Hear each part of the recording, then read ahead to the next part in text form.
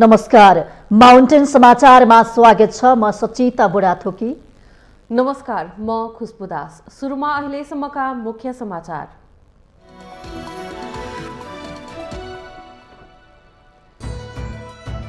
स्थानीय निर्वाचनका लागि दर्ता भएका मनोनयन पत्र र उजुरीमाथि निर्वाचन आयोगको जाँचबुझ जारी। आज उम्मेद्वारको अन्तिम नामावली प्रकाशन हुने।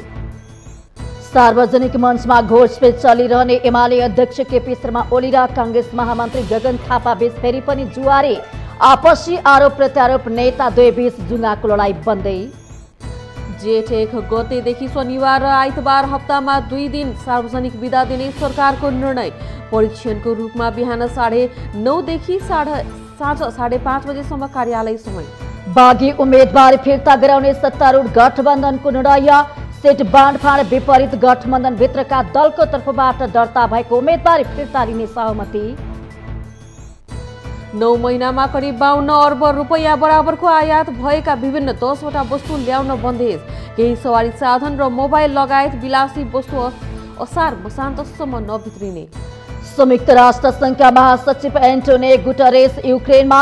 युक्रेनी राष्ट्रपति जेलेन्स्की भेटवार्ता गर्दै रुसमा राष्ट्रपति पुटिनसँग भएको भेटवार्ता अर्थपूर्ण रहेको उल्लेख। र Gujarat titans Indian premier league IPL T20 क्रिकेटको शीर्ष स्थानमा। गुजरातसँग सनराइजर्स हैदराबाद 5 विकेटले पराजित।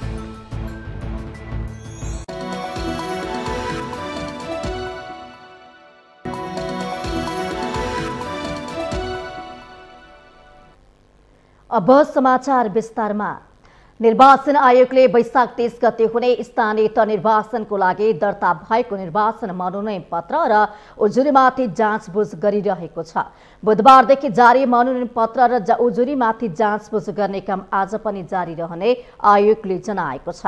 आजै साँझ 6 बजे मनोनयन भएका उम्मेदवारको अन्तिम नामावली प्रकाशन गर्ने आयोगको कार्यतालिका छ। यस्तै आयोगको तालिका अनुसार शुक्रबार साँझ 5 बजेसम्म उम्मेदवारी फिर्ता लिन सकिनेछ। शुक्रबार नै आयोगले अन्तिम नामावली प्रकाशन गर्ने बताइएको छ। शनिबार चुनाव चिन्ह प्रदान गर्ने आयोगको कार्यक्रम छ। आयोगले वैशाख 17 गते उम्मेदवारलाई निर्वाचन चिन्ह प्रदान गर्ने कार्यतालिका रहेको छ। त्यसपछि उम्मेदवारले प्रचार प्रसारको लागि 10 दिनको समय पाउनेछन्। वैशाख 23 गते निर्वाचन सुरु हुनु अगाडिको 48 घण्टा मौन अवधि हुनेछ। मौन अवधि सुरु हुनु अघिसम्म उम्मेदवारले प्रचार प्रसारको लागि समय पाउनेछन्। वैशाख 30 गते बिहान 7 बजेदेखि बेलुकी 5 बजेसम्म मतदान हुनेछ। 2 दिनको मनोनयनको समयमा देशमा 1.5 लाख भन्दा बढीले उम्मेदवारी दर्ता गराएको आयोगले जनाएको छ। 1,52,465 मनोनितको विवरण सङ्कलन भएको आयोगले जनाएको हो। वैशाख 30 गते हुने निर्वाचनमा 35,221 पदको लागि मतदान हुँदैछ।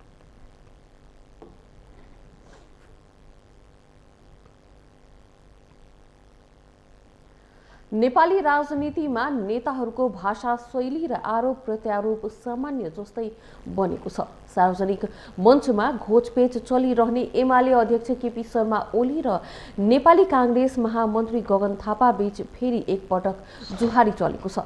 ओलीले कांग्रेसलाई चोरको संज्ञा दिँदा थापाले ओलीलाई बालकोट गएर ट्युसन पढाउँछु सम्म भन्न भ्याउनु भएको छ। नेपाली राजनीतिमा भाषणबाजी र आरोप प्रत्यारोपको जुहारी रोमाञ्चक हुने गर्दछ। रोमाञ्चक आरोप प्रत्यारोप र वक्तृत्व कला प्रस्तुत गर्नेमा नेकपा एमालेका अध्यक्ष केपी शर्मा ओलीलाई चुनौती दिने नेता हुन् नेपाली कांग्रेस महामन्त्री गगन कुमार थापा। मञ्चमा एकको भाषणको जवाफ अर्कोले दिन यी दुई नेताहरू कुनै कसर बाँकी राख्दैनन्। एक हिसाबले आरोप प्रत्यारोपलाई नेता द्वयले जुङ्गाको लडाई बनाएका छन्। केही समय अघि कोरोना महामारी र नेपालीहरूको रोग प्रतिरोधात्मक क्षमताका बारेमा प्रतिनिधि सभामै ओली थापाको जुहारी निकै रोमाञ्चक बनेको थियो। एउटा मान्यजीले प्रश्न गर्नुभएको छ, यो नेपालीको प्रतिरोध क्षमता राम्रो छ भनेर कसले भन्यो भनेर भर्खरै सुन्नुभयो नि, मैले भनेको। हाम्रो रोग प्रतिरोधात्मक क्षमता बढी छ भनेर कसले भन्यो? नेपालमा मृत्यु हुनेको संख्या कम छ भन्ने उमेर समूहको आधारमा मृत्यु भएको विश्वव्यापी संख्यासँग दाँजेर हेर्नु भएको छ। भ्रष्टाचार स्वास्थ्य सामग्रीको सूची राखेर संसदमा छलफल गर्नका निम्ति म प्रधानमन्त्रीलाई खुला आह्वान गर्छु। तयार हुनुहुन्छ सम्माननीय प्रधानमन्त्रीज्यू? सडकदेखि सदनसम्म प्रश्नोत्तर र वाकयुद्ध चल्ने यी दुई नेताहरूको भाषण फेरि एकपटक चर्चामा आएको छ। स्थानीय तह निर्वाचन लक्षित आफ्नो पार्टीको घोषणापत्रबारे मङ्गलबार ओलीले गरेको टिप्पणीप्रति बुधबार थापाले खरो जवाफ फर्काउनुभयो। नेकपा एमालेका अध्यक्ष केपी शर्मा ओलीले नेपाली काङ्ग्रेसको चुनावी घोषणापत्रलाई गाली गलौजको पुलिन्दा र पागलहरूको प्रलापको संज्ञा दिनुभएको थियो। ओलीले काङ्ग्रेसले एमालेको राजनीतिक दस्तावेज चोरेको आरोप समेत लगाउनुभयो। नेपाली काङ्ग्रेससँग देशको बारेमा केही सोच छैन, केही चिन्तन छैन, केही एजेन्डा छैन। नेपाली काङ्ग्रेससँग जनताको बारेमा केही सोच चिन्तन छैन। उसले सत्ता बुझ्छ, सत्ता टिकाइराख्नका लागि र फेरि पनि सत्ता प्राप्त गर्न यो गठबन्धन नामको कुहेको ढोडाको लौरो आवश्यक छ भन्ने ठान्छ। त्यसको जवाफ फर्काउँदै बुधबार पार्टीको सम्पर्क मञ्चले आयोजना गरेको कार्यक्रममा काङ्ग्रेस महामन्त्री थापाले ओलीको मुखमा अंगार भएकाले कालो ओकल्ने गरेको कटु टिप्पणी गर्नुभयो। ओलीलाई आफ्नो प्रशंसाको एकलाप सुन्ने बानी भएको आरोप पनि उहाँले लगाउनुभयो। थापा यतिमै रोकिनु भएन। ओलीलाई लजिक होइन म्याजिक मात्रै मनपर्ने भन्दै फुर्सद मिलेपछि बालकोट गएरै ट्युसन पढाउँछु सम्म भन्न भ्याउनुभयो। केपीले झुट बोल्नुहुन्छ।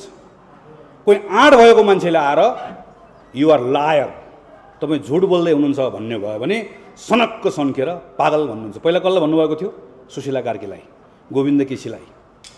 सनक्क सन्किसकेपछि उहाँको मुखबाट निस्कने कुरा भनेकै जब उहाँको झुटलाई कसैले च्यालेन्ज गर्छ, फरेबलाई कसैले च्यालेन्ज गर्छ, उहाँले सबभन्दा पहिला गाली गर्ने भनेकै पागल भनेर भन्यो। यो उहाँलाई पनि दौड दुख्छ, मलाई पनि दौड दुख्छ। उहाँ अध्यक्ष, म महामन्त्री, हाम्रो आफ्नै भ्याइ नभ्याइ छ। अलिकति भ्याएको बेलामा चाहिँ म बालकोटै गरेर ट्युसन पढाउने हो। एउटा विषयमा त पढाउनै पर्ने भएको छ।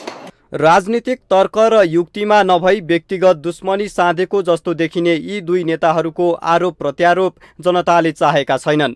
यस्ता क्षुद्र टिप्पणी यी दुई नेताको पद र छविलाई सुहाउने कुरा पनि होइनन्। नेताहरूको भाषा शैली र विपक्षी प्रतिको दृष्टिकोण देखेर आम मानिसले त्यसलाई पछ्याउने हुनाले सांस्कारिक रूपले प्रस्तुत हुन नसक्नु दुवैको निम्ति हितकर नहुन सक्छ। एक अर्काप्रति कटु कटाक्ष गर्ने नेपाली राजनीतिका अन्य नेताहरूले पनि आफ्ना अनियन्त्रित बोलीमा लगाम लगाउनु जरुरी देखिन्छ। माउन्टेन टेलिभिजन एचडीका लागि क्यामेरामा निखिल कपालीका साथमा सुजन चालिसेको रिपोर्ट।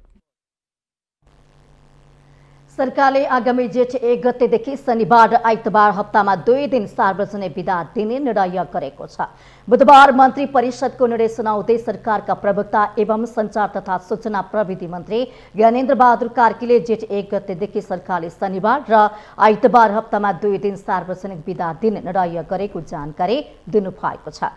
सरकारले परीक्षणको रूपमा 2079 जेठ 1 गतेदेखि लागू हुने गरी बिहान 9:30 देखि साँझ 5:30 बजेसम्म कार्यालय समय कायम गर्ने पनि निर्णय गरेको छ। 2079 जेठ 1 गतेदेखि लागू हुने गरी बिहान 9:30 बजे साँझ 5:30 बजेसम्म कार्यालय समय कायम गर्ने, शनिबार र आइतबार सातामा 2 दिन सार्वजनिक बिदा दिने। धन्यवाद। सरकारले भारतको नयाँ दिल्लीमा हुने रायसेना डायलग 2022 विषय कार्यक्रममा राष्ट्रिय योजना आयोगका उपाध्यक्ष डाक्टर विश्वनाथ पौडेललाई सहभागी हुन स्वीकृति दिने, खानेपानी क्षेत्रको सुशासन र पूर्वाधार सहितको आयोजनाको लागि विश्व बैंकबाट प्राप्त हुने 80 मिलियन अमेरिकी डलर सहुलियतपूर्ण ऋण सहायता सम्बन्धी दस्तावेजलाई अन्तिम रूप दिन अर्थ मन्त्रालयका सहसचिवको संयोजकत्वमा वार्ता टोली गठन गर्ने, आर्थिक वर्ष 2078-79 को लागि गहुँको न्यूनतम समर्थन मूल्य प्रति क्विन्टल 3165 रुपियाँ निर्धारण गर्ने निर्णय गरेको छ। गहुँको न्यूनतम समर्थन मूल्य प्रति क्विन्टल रु 3165 निर्धारण गर्ने, कम आवश्यक विलासीजन्य र स्वास्थ्यमा नकारात्मक असर पार्ने विभिन्न 10वटा वस्तुहरूको पैठारीमा पूर्ण रूपमा बन्देज लगाउने। सरकारले फाप्ला अन्तर्राष्ट्रिय क्रिकेट मैदान तथा खेलग्राम पूर्वाधार विकास समिति गठन गर्ने आदेश 2078 स्वीकृति गर्ने निर्णय पनि गरेको छ।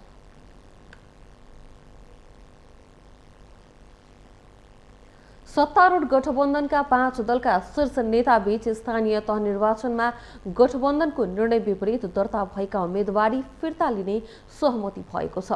सत्तारूढ गठबन्धनका शीर्ष नेताहरूले देशभरि चुनाव तालमेलका लागि बुधबार 7 बुधे निर्णय गरेका हुन्।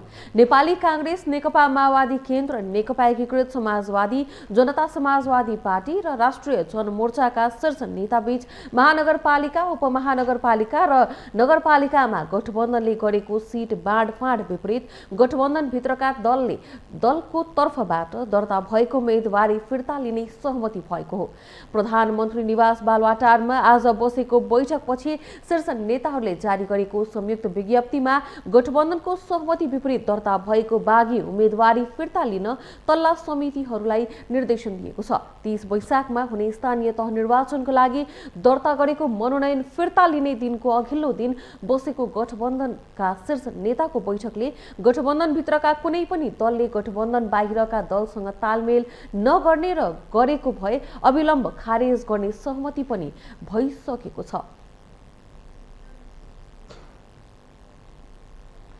दर्शकवृन्द, स्थानीय तहको लागि निर्वाचनको लागि जुन सरकारको गठबन्धन छ त्यो 5 दलीय राजनीतिक दलले गठबन्धन गरेर चुनावी तालमेलमा पनि होमिएका छन्। यति बेला हामी विराटनगर महानगरपालिकामा पनि यति बेला चुनावी रौनकता छाएको छ। त्यहाँ उम्मेदवारहरूले आफ्नो पक्षमा वातावरण अनुकूल पार्नको लागि चुनावी प्रचार प्रसारमा जुटिरहेका छन्। हामी विशेष गरी विराटनगर महानगरपालिकाका मेयरका उम्मेदवार नागेश कोइरालासँग संवाद गर्दैछौँ माउन्टेन कुराकानीमा। नागेश, यहाँलाई स्वागत छ माउन्टेन समाचारमा। यहाँलाई नमस्कार। सँगसँगै चाहिँ यहाँ मार्फत सुनिराख्न सम्पूर्ण विराटनगरवासी दाजुभाइ दिदीबहिनी अग्रजहरू सबैलाई मेरो नमस्कार। हजुर, तपाईँले गठबन्धनबाट तपाईँले उम्मेदवारी दिनुभएको छ मेयर पदको लागि। तपाईँको उम्मेदवारीको विषयमा प्रश्न पारिदिनुहोस् न। मेरो उम्मेदवारी अब नेपाली कांग्रेसको लामो समयसम्म नेपाली कांग्रेसको संगठनमा चाहिँ काम गरिरहेको मान्छे म। हजुर, अब नेपाली कांग्रेसले आवश्यकता भन्ठान्यो, शीर्ष नेताहरूले बसेर छलफल गर्नुभयो। विराटनगरको लागि चाहिँ यो विराटनगरको मेयरको अथवा प्रमुखको उम्मेदवार बन्दाखेरि चाहिँ नि विराटनगरवासीले चाहिँ यसलाई गर्छन् भनेको कारणले गर्दा शीर्ष नेताहरूले चाहिँ निर्णय गर्नु, त्यही अनुरूप छैन। मैले उम्मेदवारी दिइरहँदाखेरि विराटनगर महानगरपालिकालाई चाहिँ कस्तो बनाउने योजना सपना देख्नु भएको छ? अब यसमा चाहिँ के छ भन्दाखेरि मैले चाहिँ धेरै ठुला योजनाहरू राखेको छैन होइन। मेरो कार्यकालमा धेरै ठुला योजनाहरू चाहिँ बनाउने छु, तर त्यसैको वचनबद्ध भएर चाहिँ म गर्दिनँ। मेरो खास गरी चाहिँ करको दायरा बढाउने र कर घटाउने सबभन्दा मूल मुद्दा हुनेछ। त्यसबाहेक चाहिँ स्वास्थ्य, शिक्षा, त्यसपछि चाहिँ तपाईँको खानेपानी, त्यसपछि सफाइ यावत कुराहरू जुन चाहिँ विराटनगर अझ चाहिँ विराटनगरको जुन कामहरू छ, जुन कामले चाहिँ मन छुन्छ, त्यही योजनाहरू अगाडि लिएर आएको छु। त्यसबाहेक चाहिँ ठुला योजनाहरू, अन्य योजनाहरू पनि छन्। सुकुम्बासीका समस्या छन्, त्यसपछि ढलका समस्या छन्, तपाईँको चाहिँ नि के भन्छ बाढीका समस्या छन्। यी सबै समस्याहरू समेटेर एक खालको चाहिँ आज दिउँसो 3 बजे अथवा 4 बजेसम्म घोषणापत्र चाहिँ जारी गर्ने छ हामी। हजुर नागेश, यस अगाडि पनि कांग्रेसका नेता भीम पराजुलीले जित्नु भएको, उहाँले पनि यस्तै खालका एजेन्डाहरू बाँड्नु भएको थियो। जनताको घर दैलोमा जाँदाखेरि खानेपानी, शिक्षा, स्वास्थ्य, रोजगार त्यस्ता कामहरू भएका छन् त जनताले जसरी सिंहदरबारको अधिकार गाउँ घरमा आउँछ भनेर आशा विश्वास गरेका थियो, त्यो परिपूर्ति भएको छ त? यसो भयो नि त। तपाईँको के छ भन्दाखेरि यो देशमा अब यो चाहिँ विराटनगर महानगरपालिकामा मात्र भयो जस्तो मलाई लाग्दैन। यो देशभरि नै भयो, सरकारमा पनि भयो, सङ्घीय सरकारमा पनि त्यही भयो। रेमिटेन्स आउन छोड्यो, कोरोना काल लाग्यो, तपाईँको चाहिँ 3 वर्ष त त्यतिकै गयो। अब 5 वर्षको कार्यकालमा 2 वर्षमा एउटा मान्छेले अथवा चाहिँ एउटा सरकार जुन चाहिँ स्थानीय तहमा विकासको लागि यस्ता खालका विषयवस्तुले अभाव, सङ्कट त्यस्तो हुन्छ, यो त सब बहाना हो भन्छ नि जनता। अनि तपाईँ आफै भन्नुहोस् न, कोरोना काल आखिर चाहिँ 3 वर्ष त कमै हो नि त, गएको होइन र? अनि 2 वर्ष 5 वर्षको पिरियडमा 3 वर्ष त्यतिकै, 2.5 वर्ष त्यतिकै गयो, 2.5 वर्षमा कति चाहिँ काम हुन्छ र? त्यसबाहेक चाहिँ त्यसबाहेक चाहिँ बजेट जुन हामीले चाहिँ एस्टिमेटेड बजेट छ, त्यो जुन आम्दानी गर्ने बजेट छ, त्यो बजेट पनि तपाईँको चाहिँ एस्टिमेटेड बजेटभन्दा आधीभन्दा नि कम चाहिँ के भन्छ उठेको छ। त्यति उठेको पैसाले कर्मचारीले तलब बाँड्ने अथवा चाहिँ विकास निर्माणका योजनाहरू अगाडि बढाउने अथवा चाहिँ विराटनगरलाई चाहिँ सुन्दर बनाउन अथवा चाहिँ समृद्ध बनाउने कति चाहिँ योजना दिन सक्छ र नागेशजी, जस्तो कि विराटनगर महानगरपालिकाको सन्दर्भमा चर्चा गर्ने हो भने प्रमुख प्रतिपक्षी दल नेकपा एमाले पनि सशक्त रूपमा आफ्नो दावेदार गरिरहेको छ, हामी जित्छौँ भनेर। तपाईँ गठबन्धनबाट उम्मेदवार दिनुभएको छ, जित्ने आकलन हिसाब किताब चाहिँ कस्तो छ तपाईँको? मैले अलिक बुझिनँ तपाईँको प्रश्न, फेरि एकचोटि दोहोऱ्याइदिनुहोस् न। हस्, कुराकानीको लागि तपाईँलाई धेरै धेरै धन्यवाद। उहाँ हुनुहुन्थ्यो नागेश कोइराला, मेयरका उम्मेदवार विराटनगर महानगरपालिकाबाट। उहाँसँग विशेष गरी हामीले यसभन्दा अगाडि भीम पराजुली हुनुहुन्थ्यो, नेपाली काङ्ग्रेसका नेता, उहाँ पनि नेपाली काङ्ग्रेसका नेता हुनुहुन्छ। उहाँ चाहिँ गठबन्धनबाट उम्मेदवार दिनुभएको छ। यस विषयमा उहाँको योजनाहरू के कस्तो रहेको छ, विराटनगर महानगरपालिकालाई कस्तो रूपमा उहाँले बनाउन चाहनुहुन्छ भनेर हामीले कुराकानी गरेका थियौँ। माउन्टेन समाचारमा यति बेला पालो भएको छ विश्रामको।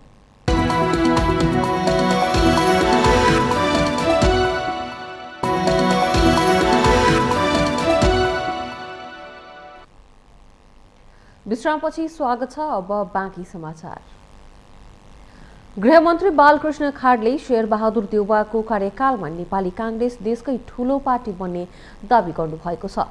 बुधबार नेपाल तरुण दलले आयोजना गरेको भेलालाई सम्बोधन गर्दै गृहमन्त्री खाडले शेरबहादुर देउवाको कार्यकालमा नेपाली काङ्ग्रेस देशकै ठूलो पार्टी बन्ने दावी गर्नुभएको हो। ठूलो पार्टी बन्नेसँगै नेपाली काङ्ग्रेसको अग्रसरतामा देशले विकासको क्षेत्रमा फड्को मार्ने गृहमन्त्री खाडको भनाइ छ।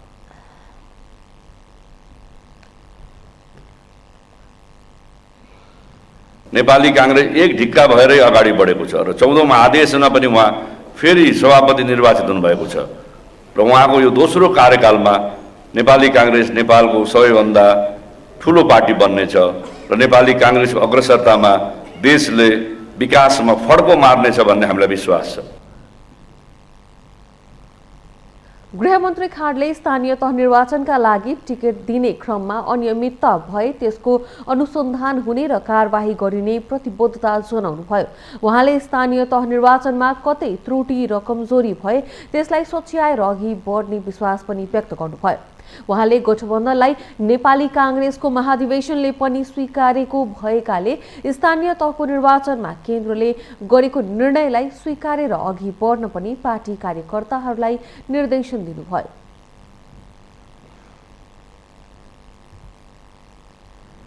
सत्तारूढ दल नेपाली काङ्ग्रेसका महामन्त्री गगन कुमार थापाले स्थानीय तहको निर्वाचनमा स्वतन्त्र उम्मेदवारी दिएका पार्टीका नेता कार्यकर्ताहरूलाई फिर्ता लिन आग्रह गर्नुभएको छ।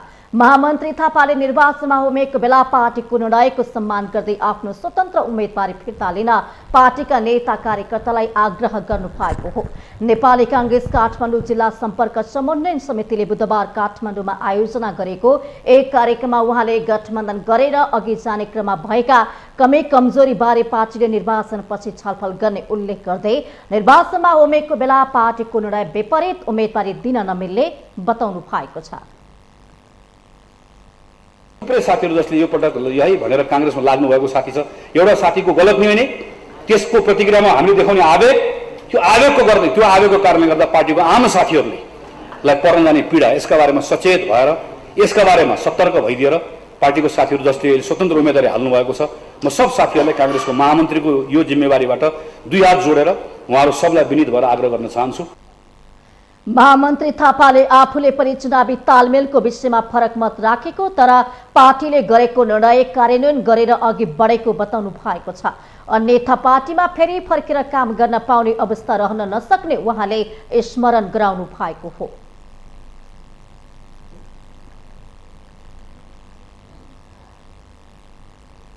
राज्यको ढुकुटीमा रहेको सञ्चित रकम घट्दै गएपछि विदेशी मुद्राको आमदानी र खर्चबीच सन्तुलन कायम गर्न सरकारले अस्थायी रूपमा 10वटा विदेशी सामान आयातमा प्रतिबन्ध लगाएको छ।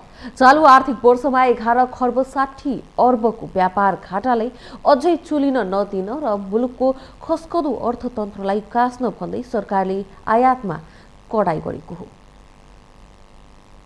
पछिल्लो समय नेपालमा विदेशी मुद्राको सञ्चिति घट्न थालेपछि विदेशी मुद्राको आमदानी र खर्चबीच सन्तुलन कायम राख्न सरकारले विदेशी विलासी लगायतका सामानहरूको आयातमा प्रतिबन्ध लगाएको हो। कृषि प्रधान देश नेपालको कुल ग्राहस्थ उत्पादनमा कृषिको 27% योगदान हुँदाहुँदै पनि यसले देशको माग धान्न सकेको छैन। त्यसैले विदेशी वस्तुको आयात बढ्दो र निर्यात घट्दो भएकाले आयातमा कडाई गरिएको हो। केही समय बन्देज लगाउँदा असर नपर्ने खालका विलासिताका वस्तु आयात नहुँदा पनि उपभोक्तालाई कुनै असर नपर्ने र स्वदेशी उत्पादनमा जोड दिन सहयोग पुग्ने उद्योग वाणिज्य तथा उपभोक्ता संरक्षण विभागको विश्वास छ। नेपाल सरकारले देशमा विदेशी मुद्राको सञ्चिति कम हुँदै गएको र गत वर्षहरूभन्दा व्यापार घाटाको स्तर अझ बढ्दै गएको कारणले तत्काललाई राष्ट्रिय अर्थतन्त्र जोगाउने र आन्तरिक उत्पादनलाई वृद्धि गर्नको लागि यो चाहिँ प्रतिबन्ध अस्थायी रूपमा लगाएको हो। देशभित्रै उत्पादन हुन सक्ने वस्तुहरू चाहिँ र आयातलाई धेरै ठुलो बढावा दिएर हाम्रा आन्तरिक उत्पादनलाई कमजोर गर्ने वस्तुहरूको आयातलाई मात्रै प्रतिबन्ध गरेको अवस्था हो। नेपालको कहाली लाग्दो परनिर्भरता बीच स्वदेशी उत्पादनमा जोड र आयात प्रतिस्थापनको नारा समेत पुरानो भइसकेको छ। यसतर्फ राज्यको पहल कदमी शून्य जस्तै छ। नेपाल उद्योगमुखी भन्दा पनि व्यापारमुखी भइसकेको छ। यस्तो अवस्थामा दीर्घकालीन रूपमा आयातमा कडाई गरी नेपालभित्रै सबै कच्चा पदार्थहरू उपलब्ध हुनुपर्नेमा व्यापारीहरूको जोड छ। चाहना राख्यो भने त सम्भव त छ। अब यो त अब नेपाल गभर्मेन्टले नि गर्नु पर्यो होइन। अब तपाईँको उनीहरूले चाह्यो भने त उहाँहरूले चाह्यो भने त अब नहुने कुरा त केही पनि छैन होइन। तर जे होस् चाहनु पर्यो। अब प्र्याक्टिकल्ली हेर्नु पर्दाखेरि चाहिँ हामीलाई गाह्रो चाहिँ छ अहिले होइन कि नेपाल आफै आत्मनिर्भर हुनु पर्यो। जस्तै फर इक्जाम्पल हामीले कुनै प्रडक्टहरू आफै बनाऊँ भन्दाखेरि र मटेरियल जति सबै बाहिरबाट ल्याउनु पर्ने हुन्छ र त्यसमा पनि रोक लगाइदिएपछि चाहिँ हामीलाई गाह्रो पर्ने भयो। यसरी रोक्नु त सरकारले रोक्यो र राम्रो त गर्यो। तर के छ भन्दाखेरि हाम्रो देशले धान्न सक्ने स्थिति छैन अहिले। किन भन्दाखेरि हाम्रो फ्याक्ट्रीहरू हाम्रो चाहिँ जति पनि उत्पादन छ त्यसले मात्रै धान्न सक्दैन। त्यसको लागि सरकारले पहिला नै अलिकति कदम चालेर होइन हाम्रो नेपाली उद्योगहरूलाई चाहिँ अलिकति बढाएर हुन्छ कि उनीहरूलाई प्रोत्साहन दिएर हुन्छ कि के गरेर त्यो पहिला त अलिकति उनीहरू हाम्रो उद्योग पहिला फस्टाउनु दिएर अनि मात्र यो गरे भए राम्रो हुन्थ्यो। चालू आर्थिक वर्ष 2078-79 को पहिलो 9 महिनामा विभिन्न देशबाट नेपालमा 52 अर्ब 44 करोड 90 लाख 72 हजार रुपैयाँ बराबरको आयात भएको वस्तुमा सरकारले असार मसान्तसम्मका लागि रोक लगाएको हो। पछिल्लो 9 महिनामा मदिरा झण्डै 3.25 अर्बको, चुरोट तथा सुर्तीजन्य वस्तु 55 करोड बढीको, करिब 35 अर्बको मोबाइल सेट, 3.5 अर्बको टेलिभिजन सेट तथा 5.5 अर्बको जीप, कार, भ्यान, 1.25 अर्ब बराबरको 250 सीसी भन्दा माथिका मोटरसाइकल, 72 करोडको खेलौनाहरू र 19.5 करोड भन्दा बढीको खेल्ने तास नेपाल भित्रिएको भन्सार विभागको तथ्याङ्क छ। तर असार मसान्तसम्मका लागि यो बन्देजको प्रभावकारिता तथा आयात निर्यातको सन्तुलनका लागि राज्यले प्रभावकारी उपाय अपनाउन आवश्यक छ। माउन्टेन टेलिभिजन HD का लागि क्यामेरामा विवेक श्रेष्ठका साथ बिन्दु अधिकारीको रिपोर्ट। माउन्टेन समाचारमा पालो भएको छ विश्रामको।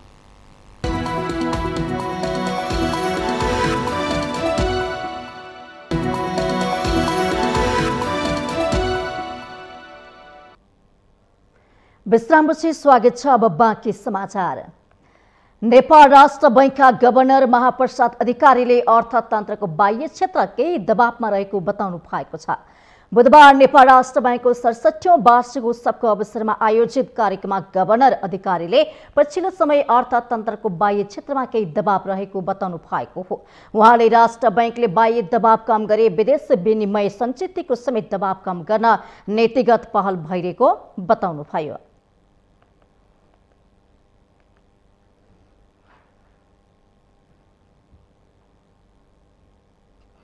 दर्जा आयोगको अधिकांश अंश आयात भुक्तानीमा गएका कारण चालु आर्थिक वर्षको सुरुवातदेखि नै शून्यान्तर स्थिति घाटामा रहन गयो। उक्त घाटा क्रमशः बढ्दै गएकोले विदेशी विनिमय सञ्चित घट्न गएको छ। विदेशी विनिमय सञ्चितको अवस्था 7 महिनाको भन्दा कम समयको लागि वस्तु तथा सेवाको आयात धान्न सक्ने स्थितिमा पुगेको हुँदा बाह्य क्षेत्र अहिले दबावको अवस्थामा रहेको छ। विदेशी विनिमय सञ्चितमा परेको दबावलाई कम गर्दै बाह्य क्षेत्र स्थायित्व कायम गर्न समीक्षा अवधिमा विभिन्न नीतिगत प्रयासहरू भएका छन्। राष्ट्र बैंकका डेपुटी गभर्नर बमबहादुर मिश्रले राष्ट्र बैंक डिजिटल मुद्दा चलाउने बाटोमा गएको बताउनु भएको छ। कागजको नोट प्रचलनमा ल्याउन स्थापना भएको राष्ट्र बैंकको यात्रा अब डिजिटल मुद्रातर्फ अघि बढेको भन्दै उहाँले अब भौतिक मुद्रालाई विस्थापित गरी डिजिटल कारोबारलाई अघि बढाउने तयारीमा राष्ट्र बैंक रहेको बताउनु भएको छ। डिजिटल करेन्सी चलाउनु पर्ने स्थितितर्फ अग्रसर भएको छ। मुलुकमा वित्तीय समावेशिता प्रवर्धन गर्नका साथै वित्तीय क्षेत्र स्थायित्व कायम गर्ने र वित्तीय क्षेत्रप्रति सर्वसाधारणको खाना, हाम्रो नाना र हाम्रो छाना यी सबै आयातित हुनुभएको वर्तमान परिप्रेक्ष्यमा बाह्य क्षेत्रमा केही दबाव देखिएको छ र हाल केही दबावमा रहेको सो बाह्य क्षेत्रलाई स्थायित्व व्यवस्थापन गर्नका निमित्त नेपाल राष्ट्र बैंक लागि परेको कुरा समेत म अनुरोध गर्न चाहन्छु। उहाँले बाह्य क्षेत्रबाट अर्थतन्त्रमा परेको असरलाई समाधान गर्न राष्ट्र बैंकले कहिले कसिलो त कहिले लचिलो नीति लिनु परेको बताउनु भएको छ। उहाँले अब आर्थिक गतिविधिहरू चलायमान हुने दाबी पनि गर्नुभयो।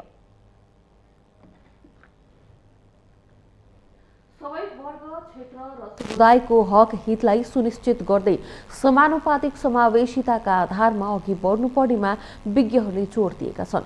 बुधबार काठमाडौँमा भएको कार्यक्रमका वक्ता विज्ञहरूले तथ्याङ्क विभागले न्यून गणना गरेको कारण समानुपातिक प्रतिनिधित्वको क्षेत्रमा अपाङ्गता भएकाहरूको स्थान सुरक्षित हुन नसकेको गुनासो समेत गरेका छन्।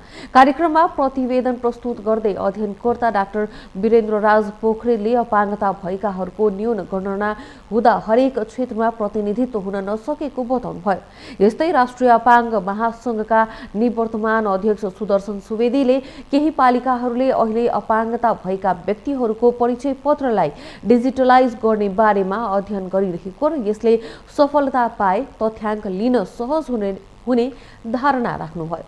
4% भनेर 2068 को जनगणनामा दिएको कारणले अथवा हाम्रो न्यून गणना भएको कारणले ऐनमा हामी 2% भन्दा कम भइसकेपछि ऐनमा समानुपातिक प्रतिनिधित्वको क्लस्टरमा हामी पर्न सकेनौँ।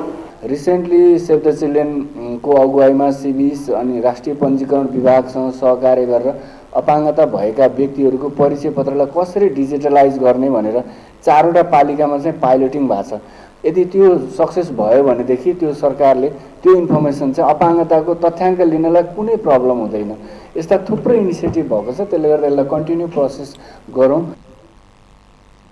त्यस्तै केन्द्रीय तथ्याङ्क विभागका निर्देशक ढुण्डीराज लामिछानेले अपाङ्गता सम्बन्धी काम गर्ने सङ्घ संस्थाले माथिल्लो स्तरमा देखाएको सक्रियता जनगणनामा नदेखाएको दाबी गर्दै जनगणनामा कतिपयले आफ्नो पहिचान लुकाउने गरेकाले पनि अपाङ्गता भएकाहरूको वास्तविक तथ्याङ्क आउन नसकेको बताउनुभयो। त्यस्तै सङ्घीय संसद सचिवालयका प्रवक्ता डाक्टर रोजनाथ पाण्डेले अपाङ्गता भएकाहरूको वास्तविक तथ्याङ्क नभएको कारण राज्यको स्रोत बाँडफाँडमा पनि कमी भइरहेको बताउनुभयो।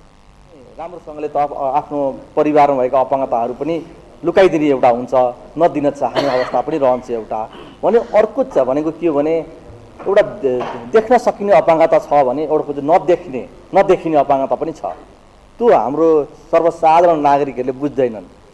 कतिपय संस्थाहरूले त धेरै लगानी गरेर रियल टाइम डेटाहरू नै ल्याउनुहुन्छ। अब अहिले राज्य चाहिँ सङ्घीय मोडलमा गइसकेपछि अहिले अधिकांश राज्यको स्रोतहरू चाहिँ तल्लो तहको सरकारमा गइसकेको अवस्थामा हामीले त्यहाँ भएका चाहिँ तथ्याङ्कहरू एक्ज्याक्ट तथ्याङ्कहरू चाहिँ यदि ल्याउन सक्यौँ भने स्रोतको बाँडफाँडमा न्यायपूर्ण चाहिँ कुराहरू गर्न सकिने अवस्था बन्छ भन्ने लाग्छ।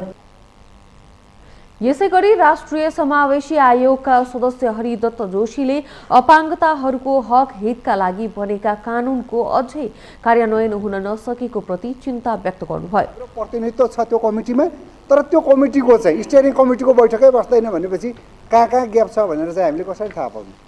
कानुन बनेका कुराहरूलाई चाहिँ कार्यान्वयनमा गर्दाखेरि अप्ठ्यारो कहाँ छ भनेर त्यो चाहिँ अप्ठ्यारो फुकाउने काम चाहिँ केले गर्थ्यो भन्दाखेरि कार्यान्वयनमा आउँदाखेरि चाहिँ अप्ठ्यारो साह्रो गाह्रो अप्ठ्यारो फुकाउने काम चाहिँ त्यसले गर्थ्यो। त्यो कमिटीकै बैठक बसिया छैन, अनुगमन नै हुँदैन भनेपछि हाम्रो पावर अझै चाहिँ राज्यमा पुगेको छैन भन्ने कुरो चाहिँ भयो। कार्यान्वयन गराउने संयन्त्रहरूको ढिलासुस्तीका कारण अपाङ्गता भएका मानिसहरूले दुःख पाइरहेको भन्दै उहाँले सबैको पहुँच राज्यमा स्थापित गर्नका लागि कानुनलाई कार्यान्वयन गराउनु पर्नेमा जोड दिनुभयो।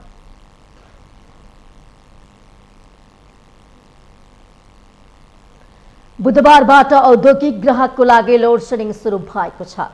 बिजुली माग पूर्ति गर्नको लागि आन्तरिक उत्पादनले नपुग्ने र भारतबाट समेत बिजुली किन्न नपाएपछि नेपाल विद्युत प्राधिकरणले लोड सेडिङ हुने जनाएको हो।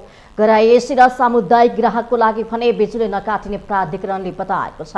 माग अनुसार बिजुली नभएसम्म हरेक दिन ठूला उद्योगहरूमा बिजुली कटौती गर्ने सम्बन्धी सूचना जारी गरिने नेपाल विद्युत प्राधिकरणका कार्यकारी निर्देशक कुलमान घिसिङले बताउनु भएको हो। अहिले भारतबाट बिजुली नआएको हुनाले करिब 10-15 दिन औद्योगिक ग्राहकको बिजुली काट्नुपर्ने घिसिङको भनाइ छ। दिउँसो बिजुली नकाटिने पिक समय र रातको समयमा कुन उद्योगमा कति बिजुली काटिन्छ भन्ने पूर्व जानकारी दिने बताइएको छ। अहिले नेपालमा करिब 300 मेगावाट बिजुली अपुग रहेको प्राधिकरणले जनाएको छ। भारतको बिहार राज्य र इन्डियन इनर्जी एक्सचेन्ज IAEX मार्केटबाट समेत बिजुली पाउन छाडेपछि औद्योगिक ग्राहकको बिजुली काट्न लागिएको हो। भारतमा उत्पादन हुने कुल बिजुली मध्ये 70% बराबर कोइला र थर्मल प्लान्टबाट हुने गरेको छ। रुस युक्रेन युद्धको कारण अहिले भारतमा कोइला र प्राकृतिक ग्यासको अभाव पनि छ, जसको कारण नेपालले त्यहाँबाट बिजुली नै पाउन छाडेको हो। IAEX बजारबाट कुल 500 मेगावाट बराबर बिजुली नेपालले किन्न पाउने भए पनि भारतमै बिजुली अभावका कारण 100 मेगावाट बराबर पनि पाउन नसकेको बताइएको छ।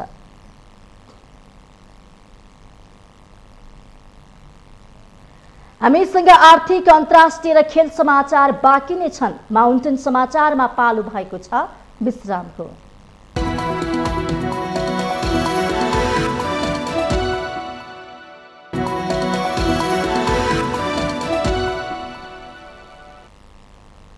विश्रामपछि पुनः स्वागत छ। अब पालो आर्थिक समाचारको।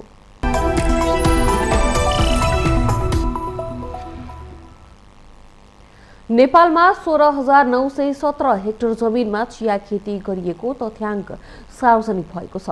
राष्ट्रिय चिया तथा कफी विकास बोर्डले 26औं राष्ट्रिय चिया दिवसको अवसर पारेर बुधबार काठमाडौँमा पत्रकार सम्मेलन गरी झण्डै 17,000 हेक्टर जमिनमा चिया खेती भइरहेको जानकारी दिएको हो। बोर्डका कार्यकारी निर्देशक डाक्टर विष्णु प्रसाद भट्टराईले पछिल्लो 1 वर्षको अवधिमा चिया निर्यात गरेर दोब्बर विदेशी मुद्रा नेपालमा भित्र्याउन सफल भएको दावी समेत गर्नुभयो। वास्तवमा गत आर्थिक वर्ष 2076-77 मा 2 अरब 78 करोड रुपैयाँ बराबरको चिया निर्यात भएको थियो भने 2077-78 को आर्थिक वर्षमा हेर्दा 3 अरब 79 करोड 77 लाख रुपैयाँसम्म बराबरको चिया निर्यात गर्न सफल भएको तथ्याङ्कले देखाउँछ। यसले के देखिन्छ भने हामी 1 वर्षको तुलना पनि हामी सम्पूर्ण सरकारवालाहरूको अठोट मिहिनेतले गर्दाखेरि लगभग दोब्बरको हाराहारीमा विदेशी करेन्सी भित्राउन सफल भएको चाहिँ देखिन्छ। बोर्डले यस वर्षको चिया दिवसको नारा गुणस्तरीय चिया उत्पादन र सुनिश्चित बजार चियाको निर्यात आर्थिक समृद्धिको आधार भन्ने तय गरेको छ। कार्यकारी निर्देशक भट्टराईले चियामा लगानी बढाउन सकिए मुलुकको आर्थिक समृद्धिको आधार बनाउन सकिने औल्याउनु भयो। बोर्डले हरेक वर्षको वैशाख 15 गते राष्ट्रिय चिया दिवस मनाउँदै आएको छ। नेपालमा 16,000 भन्दा बढी चिया कृषक र 60,000 भन्दा बढी श्रमिकहरू संलग्न रहेको बोर्डको भनाइ छ।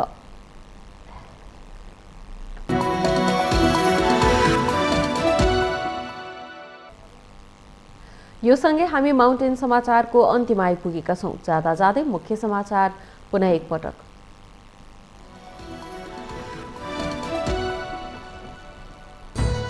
स्थानीय निर्वाचनका लागि दर्ता भएका मनोनयन पत्र र उजुरीमाथि निर्वाचन आयोगको जाँचबुझ जारी।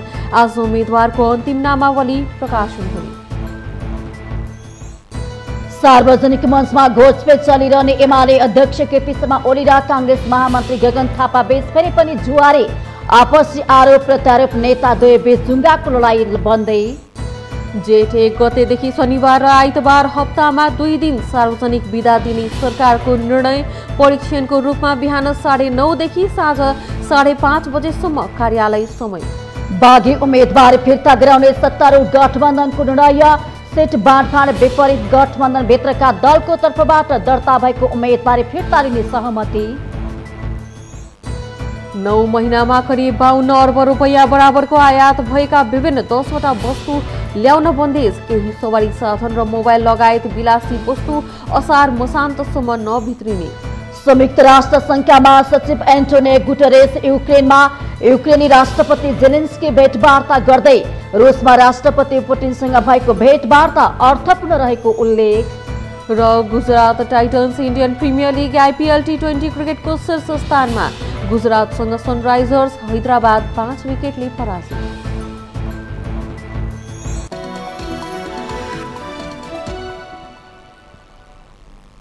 माउन्टेन समाचार अहिलेलाई सकियो। सत्य, तथ्य र निष्पक्ष समाचारको लागि माउन्टेन टेलिभिजन HD हेर्दै रहनुहोला। नमस्कार।